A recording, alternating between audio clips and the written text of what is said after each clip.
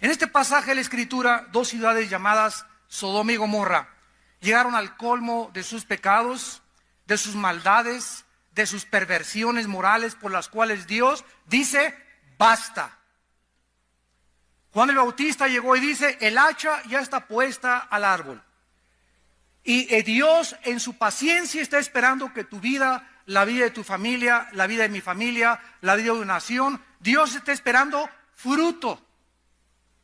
Y cuando Dios te da la oportunidad, voy a esperarme 1 año para que Pancho dé fruto. Ya hace 8 años que llamé a Pancho y sigue igual sin dar fruto. El día menos pensado, el hacha va a caer sobre tu vida. El hacha está puesta a los árboles y todo árbol que no dé fruto será destruido. Dios es un Dios de juicio y Dios tiene que ejecutar y castigar el pecado porque no podría divorciar su justicia de la santidad. Sin embargo, antes de que Dios destruyera Sodoma y Gomorra, aunque no nos vamos a concentrar esta noche en Sodoma y Gomorra, sino en lo que pasó con Abraham antes de esta destrucción, Dios tiene el propósito de a nosotros anunciarnos lo que va a suceder. Dios quería que este hombre, Abraham, supiera qué iba a pasar.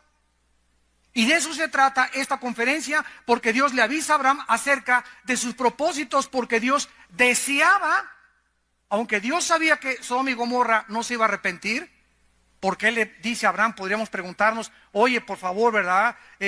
¿Por qué platica con él? Como vamos a analizar esta plática que tuvo con Abraham. ¿Por qué lo hace Dios? Simplemente porque Dios está buscando que Abraham se convierta en un intercesor. Ya sabemos que el mundo va a ser destruido, pero dice la Biblia, si mi pueblo sobre el cual mi nombre se invocar, oraren y buscaren mi rostro, Dios puede cambiar sus planes con el poder de la oración de un pueblo unido.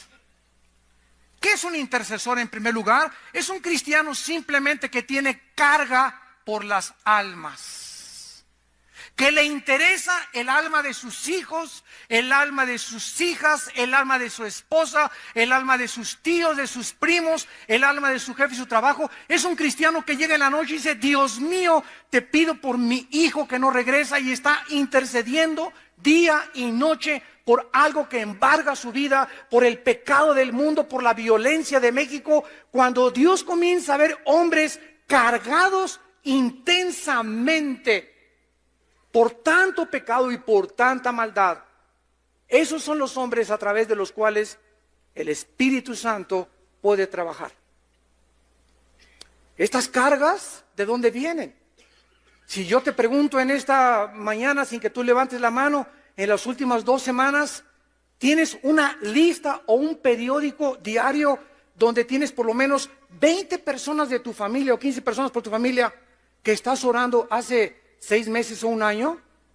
O a lo mejor tu lista, como vamos a ver con Abraham, a lo mejor no llega ni a 10 personas. A lo mejor no llega ni a 5 personas. Y de vez en cuando te levantas y lo único que haces es que tú miras mañana, sacas tu tarjetita con Judas Tadeo. Y esa es para ti tu devoción con Dios. Pero la intercesión es cuando nos sumergimos y entendemos que Dios trabaja a través del poder de la oración, cuando nosotros comenzamos a estar cargados por el pecado y porque anhelamos la salvación principalmente de nuestra familia. Estas cargas, ¿de dónde vienen? Vienen de nuestra comunión con Dios. Si tú no tienes un contacto diario con Dios a través de la Biblia, a través de la oración, no puedes comenzar a recibir la naturaleza divina, aunque la tenemos. No puedes compartir el carácter de Dios. ¿Cómo es posible que un Dios santo, perfecto, todopoderoso pueda sufrir? Yo me lo he preguntado miles de veces. El otro día le pregunté a un hermano teólogo famoso en Estados Unidos, oye, yo tengo 30 años predicando, le digo el evangelio, y yo sé que el sufrimiento es derivado del pecado. Amén, me dijo, así es, la paga del pecado es la muerte, el sufrimiento es por el pecado. Y entonces le pregunté, ¿y por qué Dios sufre? Échate ese trompo a la uña. ¿Por qué si Dios es santo y no hay pecado en él, cómo es posible que Dios sufra? Y esa es una incógnita y sabemos que hay muchas preguntas que no vamos a tener respuesta porque las cosas secretas pertenecen a Dios. Pero eso me llena mi alma de saber que es un Dios que llora, es un Dios que sufre, es un Dios que anhela, es un Dios que se ríe, es un Dios que comparte con nosotros, es un Dios que está interesado en tus depresiones, en tus problemas, es un Dios que está interesado a tal grado en nuestra vida que dio a su Hijo unigénito para que todo aquel que en Él crea no se pierda, mas tenga la vida eterna. ¿Cómo podemos convertirnos en intercesores de Dios, en guerreros de oración? Tenemos que comenzar a desarrollar el bendito hábito de concentrar nuestros pensamientos y nuestras necesidades en las necesidades número uno de tu familia, de tu iglesia y de tu nación. En Colosenses 4 dice versículo 2, perseveren en la oración, velando en ella. Yo ya tengo años que me levanta Dios a las 2, 3 de la mañana y no es porque cené pizza ni tomé café, simplemente me acuesto, Señor, te amo, Jesús, te amo, Dios. Jesús, ¿cuándo vienes por tu iglesia? Señor, te esperamos, desesperadamente te esperamos, pero sí, permítenos, damos el privilegio de seguir trabajando para ti mientras tú vienes.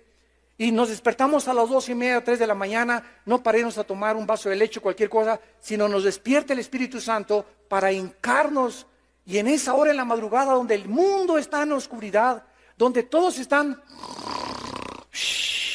donde no hay intercepción en el mundo de los pensamientos, ni en el espectro electromagnético de la tierra, y los poderes espirituales tal vez, ¿verdad?, estén trabajando en otro lado. En ese momento es cuando nuestra oración, en la madrugada, porque es cuando Jesús se levantaba a orar, es cuando nuestra oración puede tener muchísimo poder. Cuando nos levantamos en la madrugada a interceder y estar cerca de Dios, perseveren velando con ella, orando al mismo tiempo, Colosenses 4:3, por nosotros. ¿Están orando ustedes por nosotros los pastores? ¿Están orando ustedes por los pastores de tu iglesia a la que tú vas?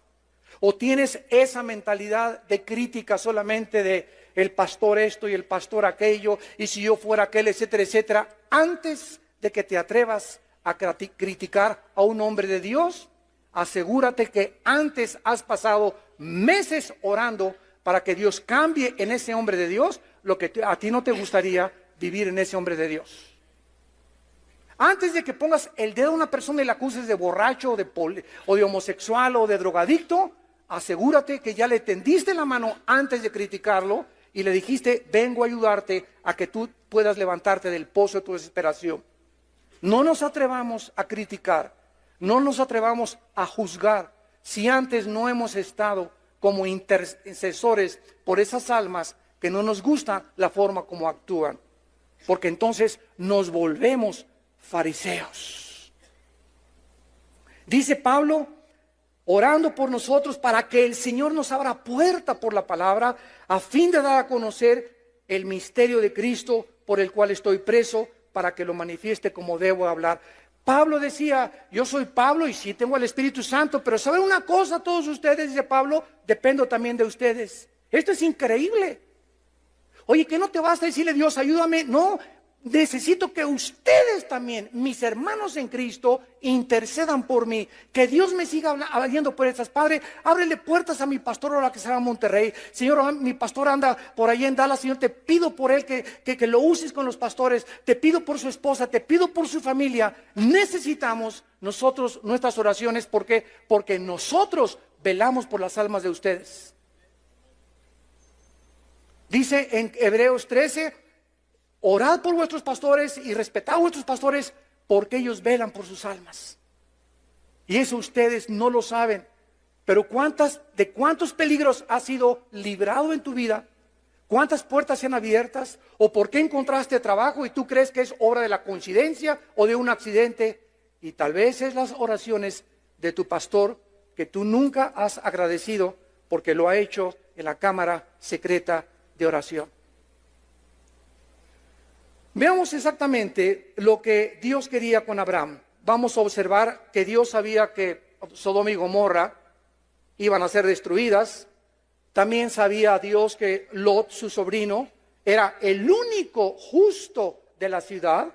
Entonces, ¿cuál es el propósito de Dios para que Abraham comenzara a orar por esta ciudad? En primer lugar, lo quería convertir en un intercesor, en un guerrero, para que comenzara a orar tanto por los malos como por los buenos. Porque Dios hace salir el sol sobre los justos y sobre los buenos.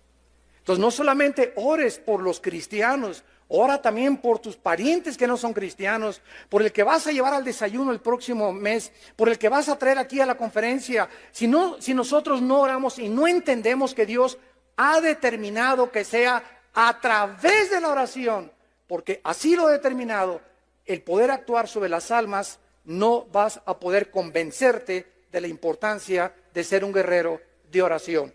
En segundo lugar, enseñarle a Abraham que la justicia de Dios tiene que ser ejecutada. Dios tiene que castigar el pecado, tarde o temprano.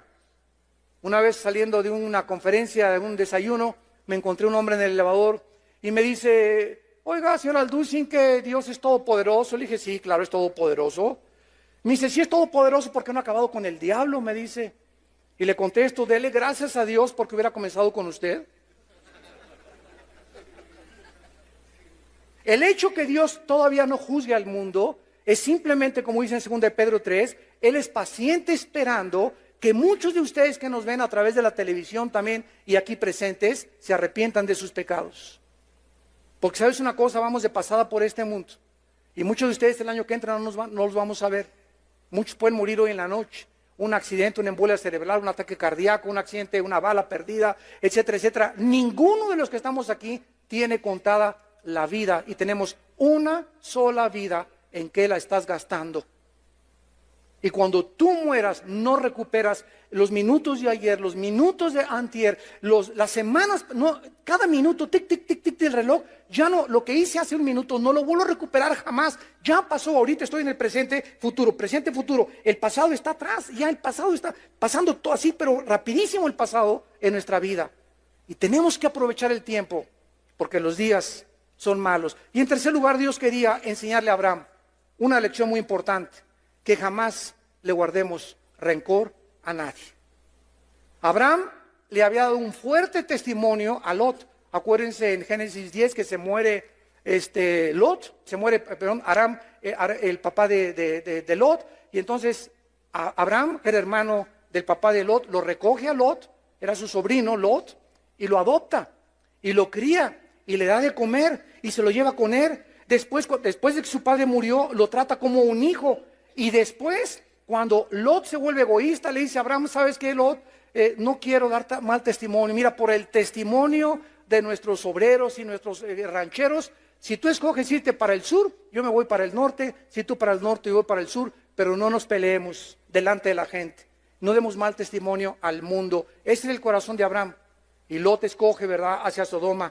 Y después llegan los reyes de los países alrededor y secuestran a Lot, se lo llevan cautivo a Génesis 13, capítulo 14, y entonces Abraham, arriesgando su vida por este sinvergüenza, egoísta sobrino, como dice el dicho, al que le dan pan después te muerde la mano, va todavía Abraham y arriesga su vida y lo salva cuando fue secuestrado por un ejército. Y ahora está pidiéndole a Dios: Dios mío, yo sé que Lot está ahí en Sodoma, te pido que si encuentras 50 justos, salva por favor a los 50.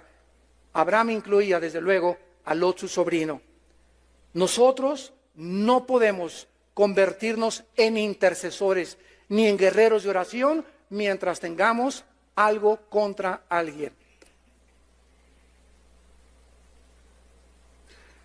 Solo los que no están amargados entran a la tierra de Canaán.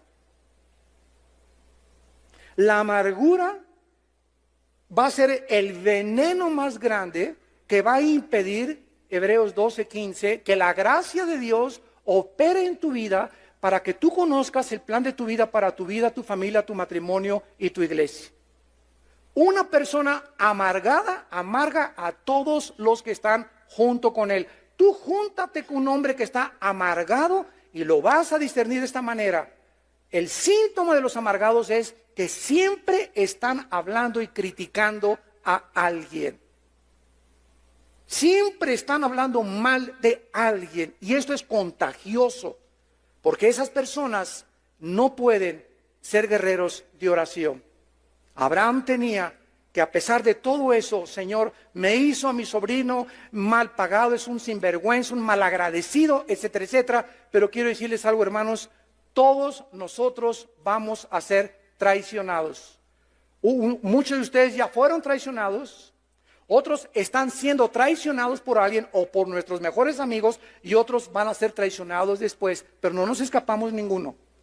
Todos vamos a ser perseguidos, todos vamos a tener personas que hablen mal de nosotros, todos nos vamos a ser calumniados. Si es que te llamas creyente, hijo de Dios, métete eso en tu cabeza para que cuando venga la calumnia, para cuando venga la traición, cuando te digas, ay Dios mío, mi copastor, o esta persona en quien yo confiaba, o mi sobrino que le di el trabajo, o etcétera, etcétera, y te venga la traición y la cuchillada por la espalda, no te amargues, ay, y no te levantes, Padre Santo, gracias porque esta traición me hace sentirme más cerca de mi Señor Jesús. Porque Él fue traicionado. Y Dios quiere que sintamos lo que Jesús sintió. Él fue perseguido, Él fue calumniado. ¿Qué nos esperamos nosotros? ¿Somos mejores que Él? ¿Quiénes son los guerreros? Los que aguantan las balas de 9 milímetros. Los que tienen una coraza contra los ataques del mundo. ¿Quiénes son los que nunca fueron llamados para ser guerreros? Los que cualquier cosa que les dices se ofenden, ya no te hablan en 3 semanas, me habló muy duro, me hizo cara de hamburguesa, me hizo cara de esto, etcétera, etcétera. Y esa gente, esos hombres, ¿verdad? No puedes tratar con ellos por su increíble sensibilidad, que nos habla de un corazón sumamente orgulloso. El orgulloso rechaza la sabiduría, rechaza la crítica. Tú no me digas esto y el otro, no te hablo, y guardas el rencor y marcas la cruz. Y alguien me hizo hace 3 semanas y ya está totalmente desechado de mí. Es una cosa. ¿Y dónde está el ministerio de reconciliación, por Dios? ¿Dónde está? Nos tenemos aquí en la iglesia más de 15 pastores que han caído en adulterio, no de la iglesia de nosotros, de otros lados, y que estamos ayudando a rehabilitarlos, porque sus iglesias les pusieron una tacha. Y tú le pones una tacha, claro que es un pastor, nosotros también caen en adulterio, nos ha sucedido, ¿verdad? Los tenemos mínimo 1 año, lo ayudamos con un poco de 3 o 4 meses con su sueldo, pero él tiene que ser disciplinado, él no puede estar en el pastorado hasta que no se rehabilite, y tarda 1 o 2 años, de acuerdo a la gravedad de su adulterio y de su inmoralidad, o de su abuso de confianza, de su fraude o de su robo. Pero tenemos que estar dispuestos a creer que Dios puede restaurar a ese hombre tarde o temprano. Porque Dios es lo que Él hace, ¿verdad? Él restaura a las gentes, y un vaso de barro que se le rompe en las manos, Dios es poderoso, dice Jeremías 23, para volver a poner las piezas juntas. Muy bien, vamos pues a entrar al capítulo 18 de Génesis en materia, y vamos a analizar en primer lugar los pasos para convertirnos en guerreros de oración. Número 1, versículo 16. Génesis 18, 16, el primer paso para convertirnos en guerreros de oración y en intercesores, dice el versículo 16, y los varones se levantaron de allí y miraron hacia Sodoma, y Abraham iba con ellos acompañándolos. El primer paso para convertirnos en guerreros de oración es caminar con Dios. Vivir cerca de Dios. Este es el primer paso para convertirnos en guerreros de oración. Recordamos que el Señor se le había aparecido a Abraham con 2 ángeles, capítulo 1 y 2 de capítulo 18. Y estos 2 ángeles comenzaron a caminar hacia Sodoma. Sin embargo, Abraham se queda con Dios. No se va, acompaña al Señor y se queda con Él. Porque él se pudo haber quedado en su tienda tranquilamente, pero él quiso seguir caminando con Dios, Abraham, y en lugar de haberse quedado en la tienda con su familia, pero no lo hizo. ¿Por qué? Porque Abraham no quería abandonar la presencia de Dios. No podía creer que estuviera en la presencia de Dios. Y yo no puedo creer cómo nosotros no podemos ser impresionados de la misma manera cuando sabemos que al abrir la Biblia estoy ante la presencia de Dios. Abro la Biblia y Dios, el Dios poderoso, me va a comenzar a hablar. Me va a comenzar a hablar Dios en la Biblia. Y cuando yo creo que es Dios el que me está hablando, estas palabras se convierten en espíritu y en vida, porque estoy creyendo que es Dios el que me habla. Me trago esas palabras y trato de obedecer esas palabras para no desintegrar mi personalidad. ¿De dónde viene el término esquizofrenia de la psicología? Mente dividida. Esquizofrénico. Se lo robaron a Santiago capítulo 1. 2000 años antes de Freud, Santiago dijo en Santiago 1, el hombre de doble ánimo es inconstante. Esa palabra ánimo en el griego es alma. O sea, el hombre con una mente dividida, en todo es inconstante. ¿Qué es un hombre dividido? Es un hombre que lo que habla no lo hace. Cuando comenzamos nosotros a hablar, y soy cristiano, y por aquí y por allá, y no practico lo que Dios me está diciendo, me comienzo a desintegrar, me comienzo a separar interiormente, comienza mi mente a ser afectada psicológicamente, comienzo a bandear, comienzo a tener malos pensamientos porque estoy desintegrando mi personalidad y eso es la causa de ser inconstante. Nunca acabo ningún proyecto, nunca duro en ningún trabajo, nunca duro con ninguna mujer, nadie es suficiente para mí, nadie me hace feliz. Comenzamos a desintegrarnos mental, física y emocionalmente. ¿Cuál es la raíz? La desobediencia a la palabra de Dios. No todo el que me dice, Señor, entrará al reino de mi Padre, sino el que hace lo que está escrito. Abraham ya no quería separarse de Dios. En segundo lugar, dice el versículo 17-19, Génesis 18, el segundo paso. Y Jehová dijo, noten ustedes, ¿a quién le dijo esto? Jehová está hablando, está murmurando esto a sí mismo. No se lo está diciendo a Abraham. De repente comienza Dios a hablar y dice Dios, ¿encubriré yo a Abraham lo que voy a hacer? Habiendo de ser Abraham una nación grande y fuerte, y habiendo de ser benditas en él todas las naciones, porque yo sé, dice Dios, que mandará a sus hijos y a su casa después de sí, que guarden el camino de Jehová, haciendo justicia y juicio para que haga venir Jehová sobre Abraham lo que ha hablado acerca de él. En segundo lugar, para poder ser guerreros de oración, necesitamos comenzar a pensar en el llamado y en el propósito que Dios tiene para nuestra vida. Señor, tú ya diste tu vida en la cruz por mí, ya me salvaste, y ahora, ¿qué es lo que quieres de mi vida? Número uno, me dice Dios, Armando, te salvé, Abraham, te salvé, para que tú, Abraham, vas a bendecir al mundo entero. Armando, Pancho, Carlos, Felipe, te salvé para que comiences a convertirte en mi instrumento de bendición a tu familia. Para que comiences a bendecir a tus primos, a tus amigos, a compañeros de trabajo, porque somos los instrumentos. Dios quiere bendecir al mundo, pero no va a bajar ya a Dios en la forma de su Hijo como lo hizo. Ahora ha entrado a nuestras vidas y ahora somos como Jesucitos nosotros, ¿verdad? Tenemos los brazos de Jesús, la mente de Cristo y ahora somos nosotros los instrumentos para que donde nosotros vayamos podamos ser bendición y no maldición como éramos antes de ser cristianos. Ahora que veníamos en el aeropuerto, antier, estábamos en Dallas etiquetando y ya en los aeropuertos hay unas máquinas especiales donde ya no vas al mostrador con la persona que te recibe el boleto y darte los pases de abordar. Ahora metes tu pasaporte o tu tarjeta de crédito y ahí comienzas a manejar la computadora y ya te preguntas pues, si llevas equipaje, cuántas maletas llevas, si llevas niños, bla, bla, bla, etcétera, etcétera. Y muchas veces no coincide la información de la computadora con tu viaje. Entonces hay personas ahí de American Airlines, ¿verdad? Que te ayudan, les hablas y vengan para acá a ayudarme, porque aquí la computadora está atrancada. Había una señora como unos 70 años de edad, yo estaba con mi esposa y mis 3 hijos ahí, y había una señora ahí como 70 años de edad, y le dije, por favor, ¿me puede venir a ayudar? Y me hace, y le dije, ¿me puede por favor venir a ayudar? Total que así a la mala gana que se acerca a la computadora, y lo primero que le dije fue, Jesus loves you. Le dije, Jesús te ama. Y me dice, ¿y qué?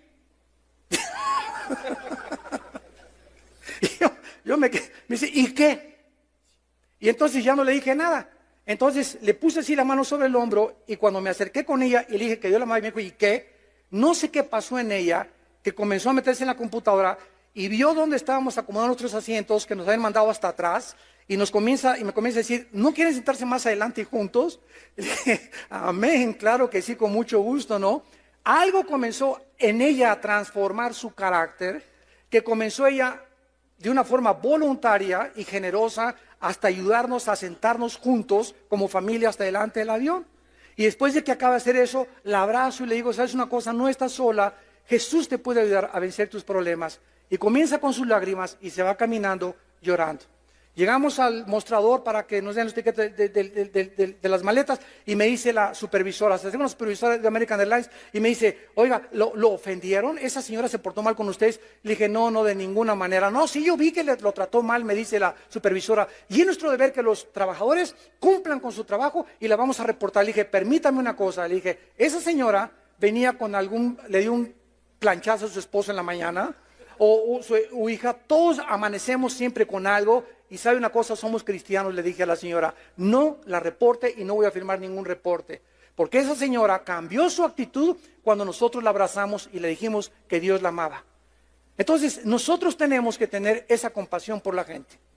Tenemos que tener esa misericordia por la gente. Tenemos que ser amables con la gente, como dice la Biblia. El siervo de Dios no puede ser contencioso, peleonero. Y te pasa el periódico y se la rayas al cuate que pasa junto a ti. No podemos ser así. Y quisiéramos, ¿verdad?, decirle no solamente a su mamá, queremos recordarle toda la familia y el árbol genealógico, ¿verdad?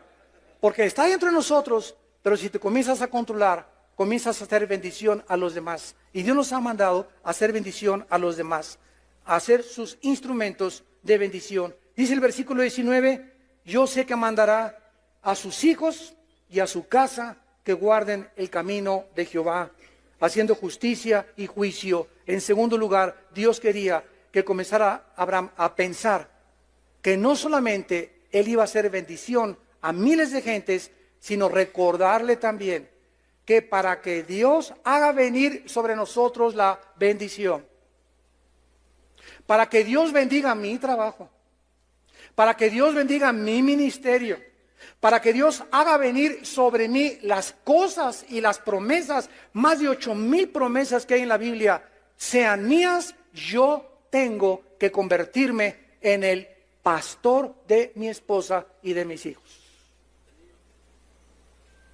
Si tú no le estás enseñando a tu esposa y no eres un hombre de Dios con tu esposa y hay una relación equivocada con tu esposa, 1 Pedro 3:7, vuestras oraciones tienen estorbo.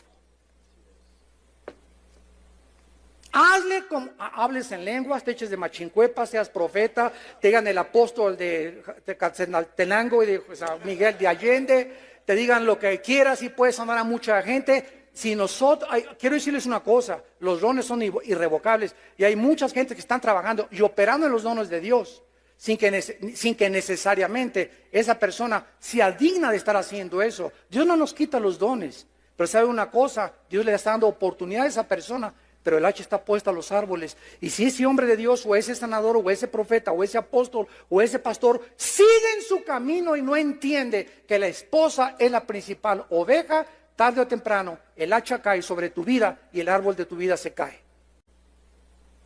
¿Por qué? Porque para que Dios haga venir sobre nuestra vida las bendiciones, necesitamos ser los maestros de nuestra esposa, los pastores de nuestros hijos. Que nuestros hijos no digan algún día mi padre es un hipócrita. Mi padre dice una cosa y hace otra cosa. O que ¿sabes quién te conoce? Mi esposa y tu esposa. ¿Quién me puede conocer a mí? Mis pastores no me conocen a mí como yo soy en la intimidad. Yo puedo conocer con pastores y el hermano y predicador y todo. ¿Quién me conoce realmente? ¿Quién sabe cuando yo me levanto a orar en la madrugada? ¿Quién ha visto cómo reacciono en momentos íntimos? ¿Quién me ha encontrado a mi esposa viendo pornografía? ¿Me he encontrado a mi esposa haciendo alguna cosa indebida? Ella es la que sabe realmente si yo soy un guerrero de Dios. Nadie más que tu esposa y mi esposa saben quiénes somos y Dios. Abraham tenía que pensar eso, que él tenía que convertirse en el pastor de su casa. Y en tercer lugar dice el versículo 19, para que haga venir Dios sobre Abraham lo que ha hablado acerca de él. Dios le dio grandes promesas a Abraham, ¿recuerdan? Y quería cumplirlas Dios. Y ahora Abraham necesitaba, ¿qué cosa? Ser fiel hasta el final, porque se puede comenzar bien y muchos terminan mal. Yo ahora que estoy viajando continuamente, estuve en Bogotá y en Guatemala y San Diego, Los Ángeles, etcétera, etcétera, conferencias, casi siempre conferencias con pastores, con líderes. Nunca he visto, Fernando, tantos pastores y líderes a nivel mundial caer, que eran mis héroes. Durante 15 años yo admiré a ese hombre de Dios y a ese pastor, y están cayendo como el dominó. Llegan y comienzan a tener mucho dinero, comienzan a ser muy famosos, comienzan a creer que tienen el derecho de que porque son muy famosos, comienzan a sentirse demasiado seguros de su conocimiento, de su fama, de su teología, del dinero, del respeto de la gente, y cuando alguno piensa que está firme, mire que no caiga. ¿Cuántos han comenzado tan bien y los agarraron en homosexualidad? Los agarraron, cayeron en adulterio, agarraron defraudando impuestos al gobierno, agarraron defraudando esto, agarraron robando esto, agarraron, y de repente 10, 15, 20 años, todo lo echan a perder en su vida, como dice Salomón, una mosca muerta echa a perder el perfume. Una pequeña locura en nuestra vida echa a perder años de ministerio. ¿Vale la pena? La familia tan linda que Dios nos ha dado, la esposa, los hijos que tienes, por una noche con una prostituta o con otra muchacha, o tú crees que están mandándole recados por internet a una muchacha, ¿tú crees que Dios no te está viendo? ¿Crees que Dios no sabe lo que hacemos? Nuestros pensamientos no están escondidos de Él, dice el Salmo 139, aún ni siquiera hablo cuando Él ya sabe lo que voy a hablar. Tan grande es la omnisciencia de Dios. Dios no puede ser burlado. Tenemos que tener temor de Dios en nuestro corazón. Porque muchos de ustedes hacen lo que hacen porque no tienen temor de Dios. Simplemente no tienes temor de Dios. Nadie me ve, estoy en un hotel, puedo rentar un video. Mi esposa se fue, puedo ver un video sin que nadie me vea. Dios te está viendo. Dios me está viendo. Es la conciencia de que Dios nos ve, sus párpados nos examinan y Dios nos da conforme a nuestros caminos. Tenemos que estar conscientes para ser guerreros de oración y verdaderos intercesores. En tercer lugar, dice el versículo 20 y 21. El tercer paso para ser guerrero de oración, entonces Jehová le dijo, por cuanto el clamor contra Sodoma y Gomorra se aumenta más y más, y el pecado de ellos se ha agravado en extremo, descenderé ahora y veré si han consumado su obra según el clamor que ha venido para mí, y si no lo sabré. En tercer lugar, para poder ser guerreros de oración, no solo necesitamos caminar con Dios, no solamente necesitamos el sentido de responsabilidad de nuestra familia, sino que también necesitamos sentir el dolor que Dios siente por el pecado. El dolor que Dios siente por el pecado. No podemos ser intercesores hasta que no sintamos el dolor. ¿Cuándo fue la última vez que lloraste con tu almohada? Sinceramente, Padre, cuánta homosexualidad, cuánta depravación. El mundo está ya adaptando como si fuera normal todo. ¿Cuánta gente está? ¿Cuántos divorcios? ¿Cuánta hipocresía? ¿Cuánta violencia? ¿Cuántos asesinatos? Señor, yo soy tu hijo, oh Dios.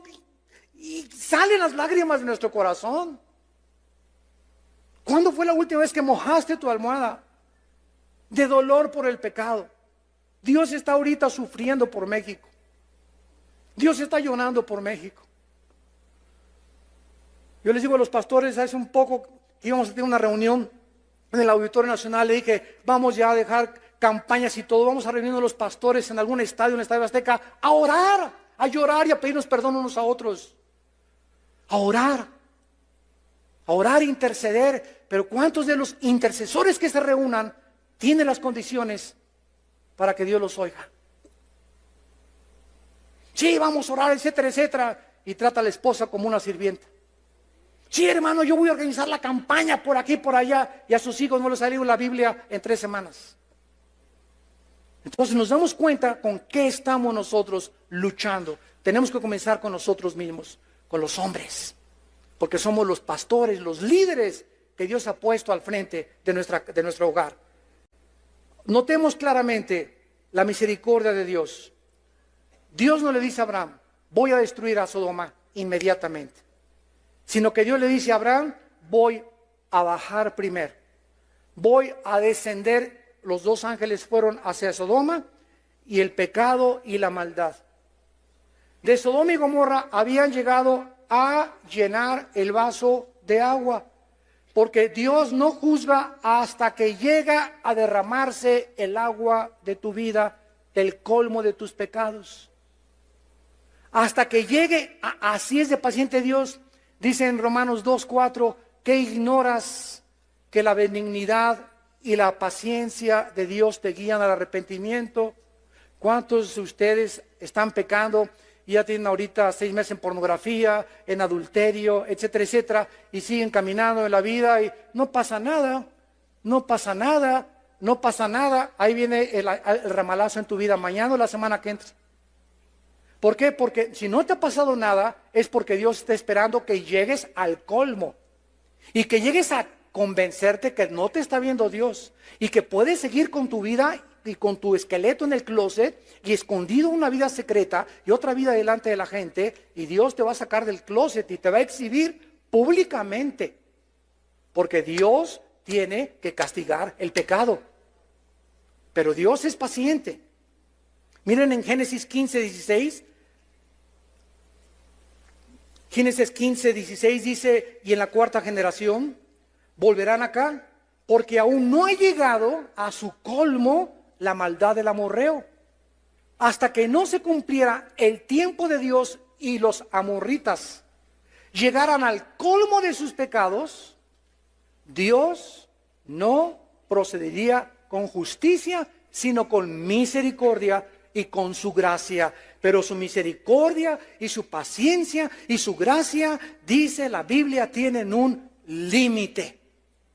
Y yo pienso que si ahora en México no está ya alcanzando el nivel que se necesita para que Dios diga, basta con tanta depravación, ¿estaremos cerca del juicio de Dios ya? ¿O podríamos pensar que ya estamos siendo juzgados por Dios con toda esta violencia que hay en la nación? ¿Qué es? Tantas muertes, tantos secuestros, tantos latrocinios, tantas cosas que están pasando. ¿Realmente es un juicio de Dios? ¿De qué manera nos está afectando y de qué manera estamos percibiendo este asunto que está sucediendo, si Dios está de por medio actuando en ello? Vean ustedes lo que dice también en Daniel capítulo 8, versículo 23.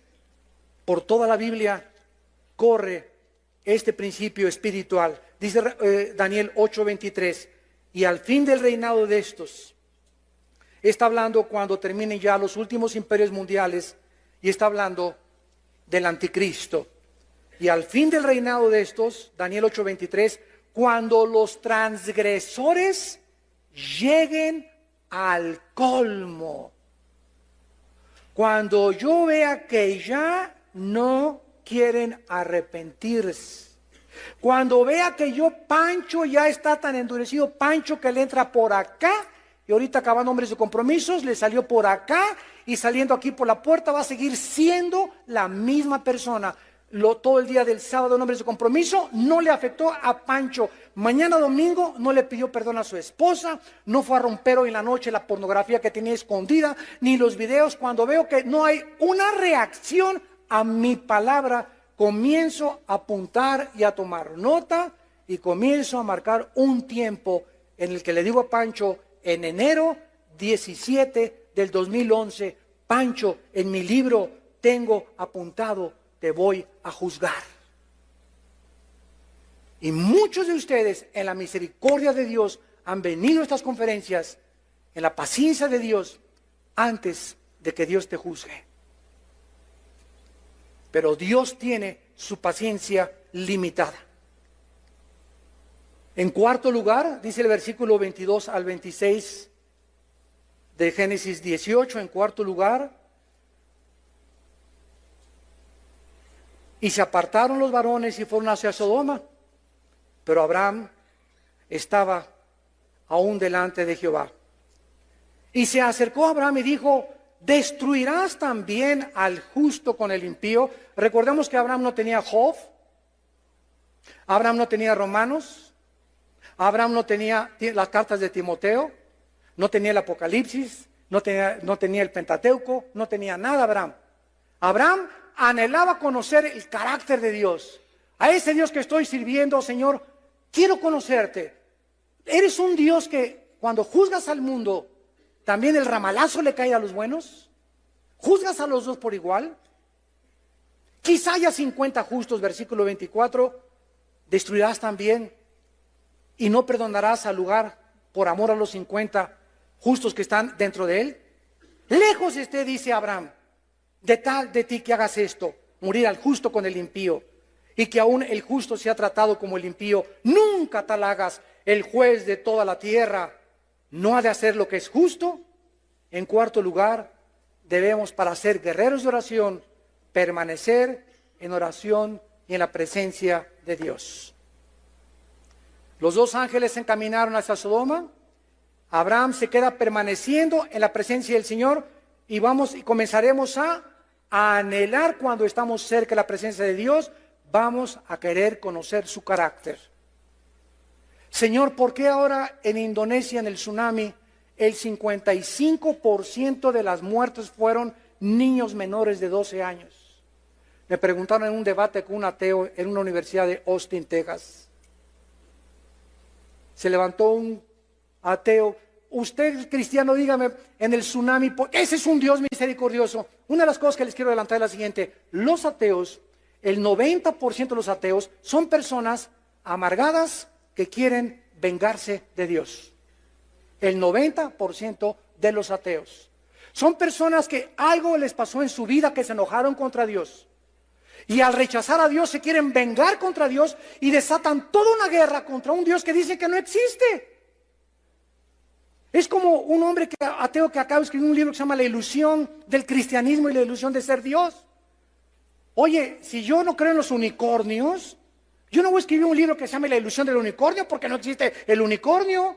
No voy a gastar mi vida buscando un unicornio que no existe. Y los ateos se gastan su vida persiguiendo a alguien que no existe. Como murió Jean-Paul Sartre en Francia, el padre del existencialismo en los 60s. Y dice en su libro de la náusea, antes de morir: reconociendo honestamente, he gastado mi vida persiguiendo a un Dios que no existe. O sea, yo soy un imbécil, dijo. Así lo dijo Jean-Paul Sartre.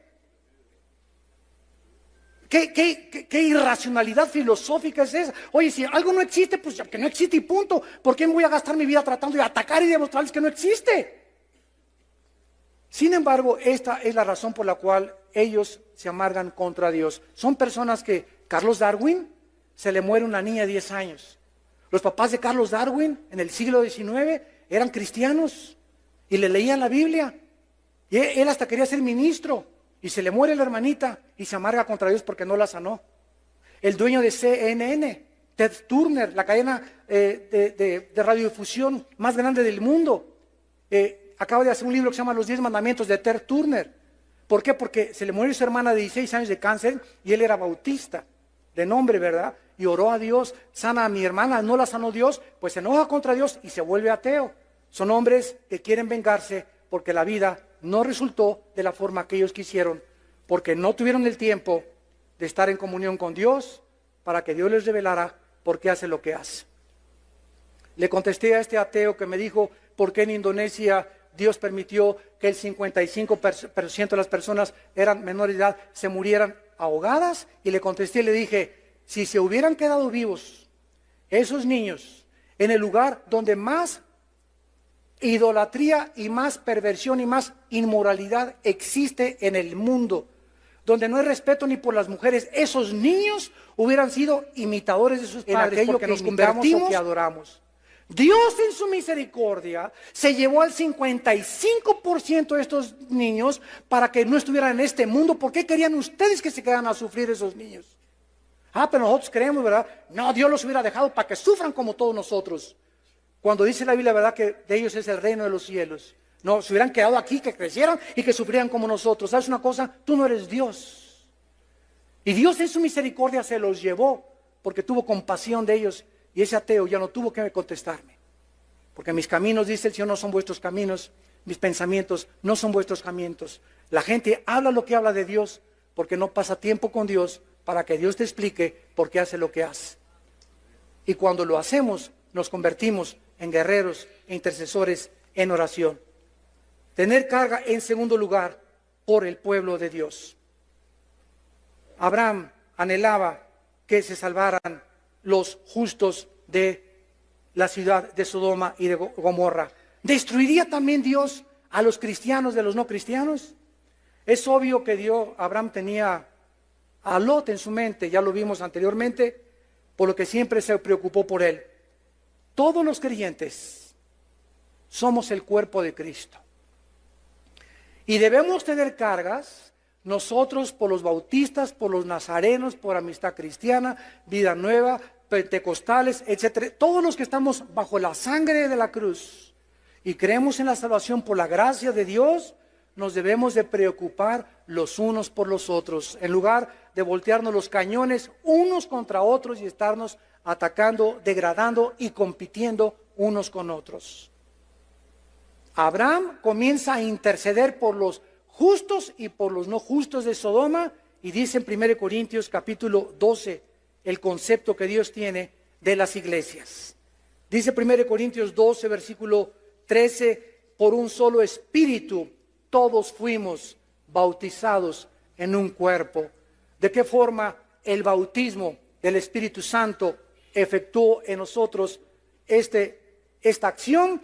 Colocándonos en el cuerpo de Cristo. La obra del Espíritu Santo, al colocarnos en el cuerpo de Cristo, se llama el bautismo del Espíritu Santo. Judíos y griegos, a todos, pentecostales, nazarenos, no importa el letrero que tengas, se nos dio a beber del mismo Espíritu. Hables en lenguas o no hables en lenguas, te rías o no te rías, te eches al suelo o vómito santo, lo que hagas, si estás bajo la sangre de Cristo y haces barbaridad y media, ya que Dios te perdone, pero eres mi hermano. Y te tengo que amar, y tengo que tolerarte, y tengo que aguantarte, y te tengo que soportar. ¿Por qué? Porque eres mi hermano.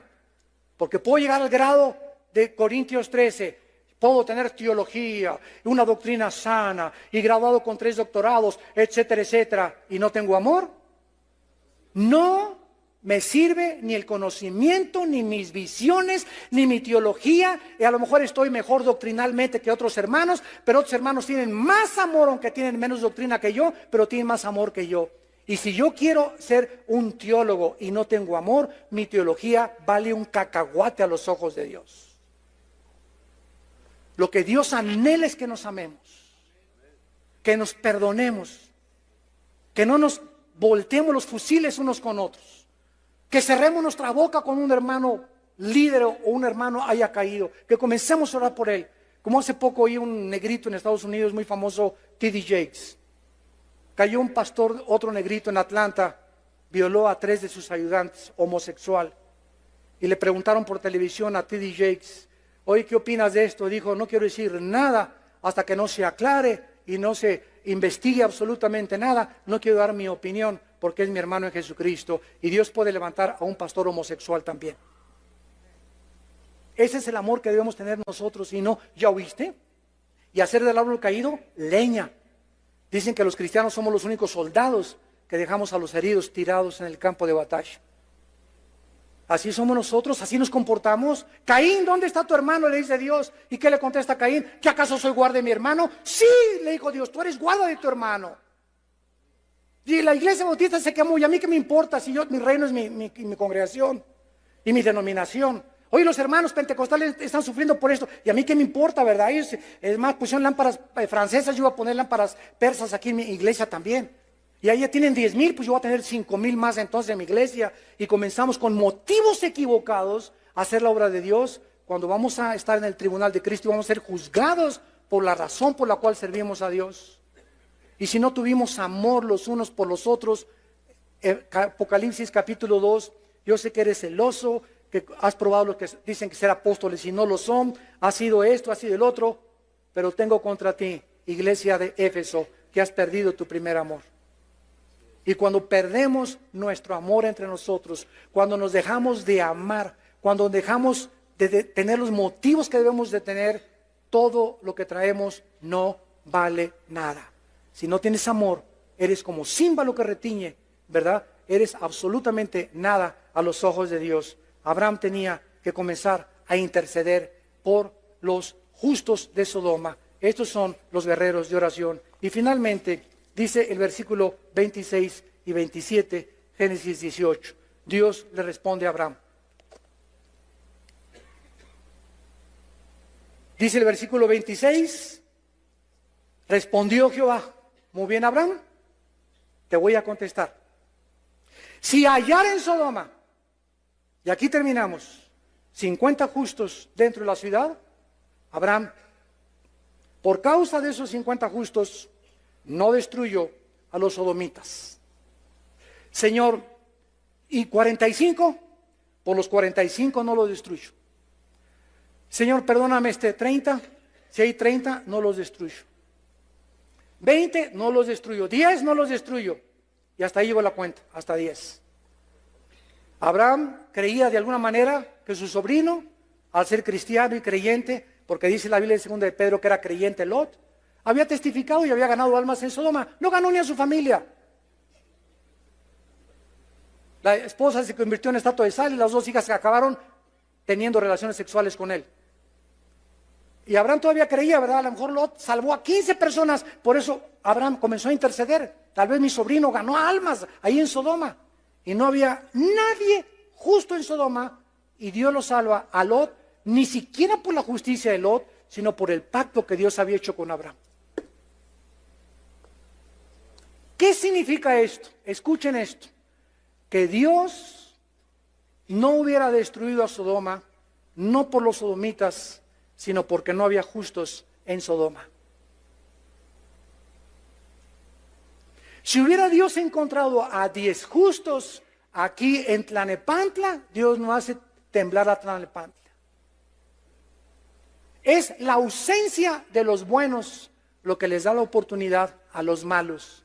Y los malos hacen lo que hacen porque los buenos no hacen nada. Y cuando comenzamos a interceder por México, y cuando comenzamos, aunque yo soy perredista y el presidente es del PAN, o yo soy priista y el presidente del PAN, no me importa de qué partido es el presidente, 1 Timoteo 2, del partido que sea, yo soy cristiano.